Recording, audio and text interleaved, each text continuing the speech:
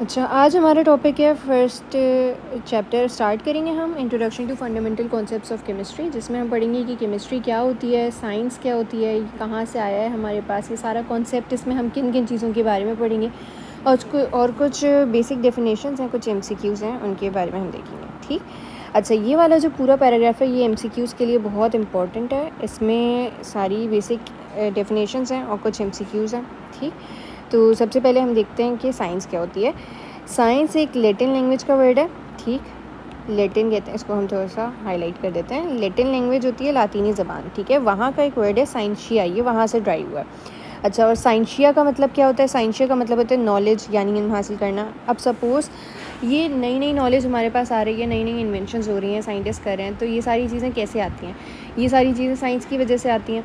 अब हाइपोथेसिस होता है। हाइपोथेसिस का मतलब क्या है कि सपोज़ साइंटिस्ट हैं, उन्होंने देखा कि हम कोविड की एग्जांपल ले लेते हैं। उन्होंने देखा कि हमारे पास कोई भी पेशेंट है और उसको कोई नई बीमारी हो रही है। ठीक, सपोज़ उसको क्या हो रहा है, कुछ ना कुछ ऐसी बीमारी है, उसको फीवर आ रहा है। ठीक, उसको सांस लेने में प्रॉब्लम हो रही है, यानी कि रेस्पिरेटरी प्रॉब्लम हो रही है उसको। ठीक, इसके अलावा और भी बहुत सारे ऐसे सिम्टम्स आ रहे हैं जो पहले कभी नहीं आए किसी को। तो उन्होंने कहा कि कोई ना कोई नया वायरस होगा। अब वो जो नया वायरस आ रहा है उसके बारे में साइंटिस्ट ने क्या किया, बहुत सारी उन्होंने हाइपोथेसिस अपनी अपनी राय देना शुरू की। तो हाइपोथेसिस कैसे कहते हैं एक्चुअली, जो साइंटिस्ट की अपनी राय होती है, इसको उर्दू में कह सकते हैं कि अपनी राय। ठीक है।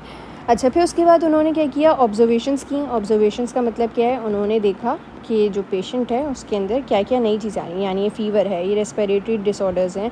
इसके अलावा भी बहुत सारे नंबर ऑफ़ फैक्टर्स थे जो उन्होंने देखे। तो साइंटिस्ट ने ऑब्जर्वेशंस की। ठीक, फिर इसके अलावा उन्होंने क्या किया, एक्सपेरिमेंट्स करना शुरू किए। उन्होंने कोविड की वैक्सीन बनाने के लिए बहुत सारे नए नए एक्सपेरिमेंट्स किए।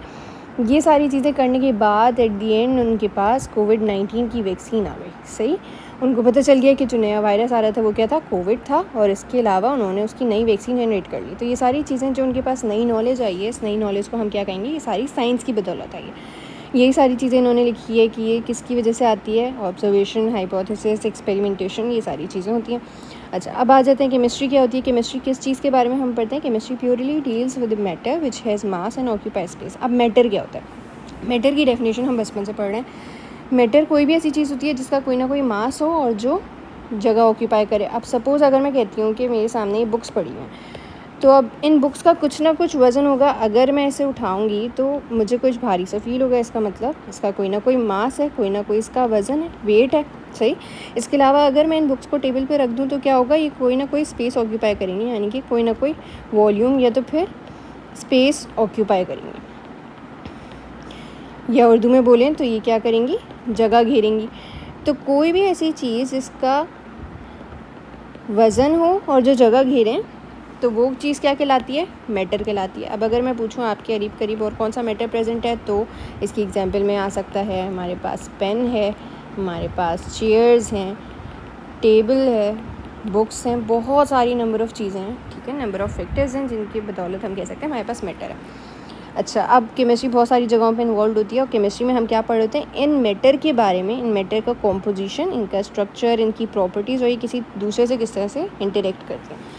कि अगर सपोज़ मैं कहूँ कि मेरे पास नमक है। ठीक है, अगर मैं कहती हूँ मेरे पास सॉल्ट है, जो टेबल सॉल्ट हम यूज़ कर रहे होते हैं, तो इसकी कॉम्पोजिशन, यानी ये किन चीज़ों से मिलके बना है, तो ये मिलके बना है सोडियम से और इसके अलावा क्लोराइड आयन से। ठीक, कॉम्पोजिशन के बारे में पढ़ते हैं, इसके स्ट्रक्चर के बारे में पढ़ते हैं कि ये जो एटम्स हैं ये किस तरह से अरेंज हुए हुए हैं, ये आपस में इस तरह से अरेंज हुए हुए हैं। ठीक, तो इन सब चीज़ों के बारे में हम पढ़ेंगे, इसके स्ट्रक्चर के बारे में पढ़ेंगे, इसकी कॉम्पोजिशन के बारे में पढ़ेंगे।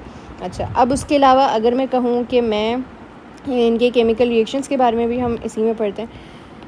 इसकी एग्जांपल इस तरह से हो सकती है कि अगर मैं सॉल्ट लूँ और मैं उसको वाटर में डिज़ोल्व करूँ, ठीक, वाटर को H2O कहते हैं, तो आगे से जाके मेरे पास रिएक्शन होगा, कुछ ना कुछ मेरे पास नई चीज़ बनेगी। तो ये केमिकल रिएक्शन के बारे में, यानी किसी दूसरे मैटर से किस तरह से रिएक्ट कर रहा है, इन चीज़ों के बारे में भी हम कहाँ पढ़ते हैं, केमिस्ट्री में पढ़ते हैं। अच्छा, यही सारी चीज़ें यहाँ पर लिखी हुई हैं। अच्छा, इसके अलावा कुछ केमिकल रिएक्शंस की एग्जांपल है जो हम डेली लाइफ में देख रहे होते हैं। रस्टिंग ऑफ आयरन, यानी कि आयरन अगर हमारे पास उसके ऊपर जंग लग जाए। इसके अलावा एवेपोरेशन ऑफ स्प्रिट। स्प्रिट क्या होता है कि हमारे पास एक केमिकल सब्सटेंस होता है, अगर मैं उसे खुला छोड़ दूँगी, जैसे नेल पेंट वगैरह के अंदर होता है, नेल पॉलिश में होता है, अगर उसे खुला छोड़ दें तो क्या होगा, वो उड़ जाएगा सब। तो ये एवोपरेशन ऑफ स्पिरिट। ठीक, इसके अलावा बर्निंग ऑफ कोल, जो हम कोयला जलाते हैं, ये सारी चीज़ें एग्जांपल हैं हमारे पास डेली लाइफ रिएक्शंस हो रहे हैं उनकी।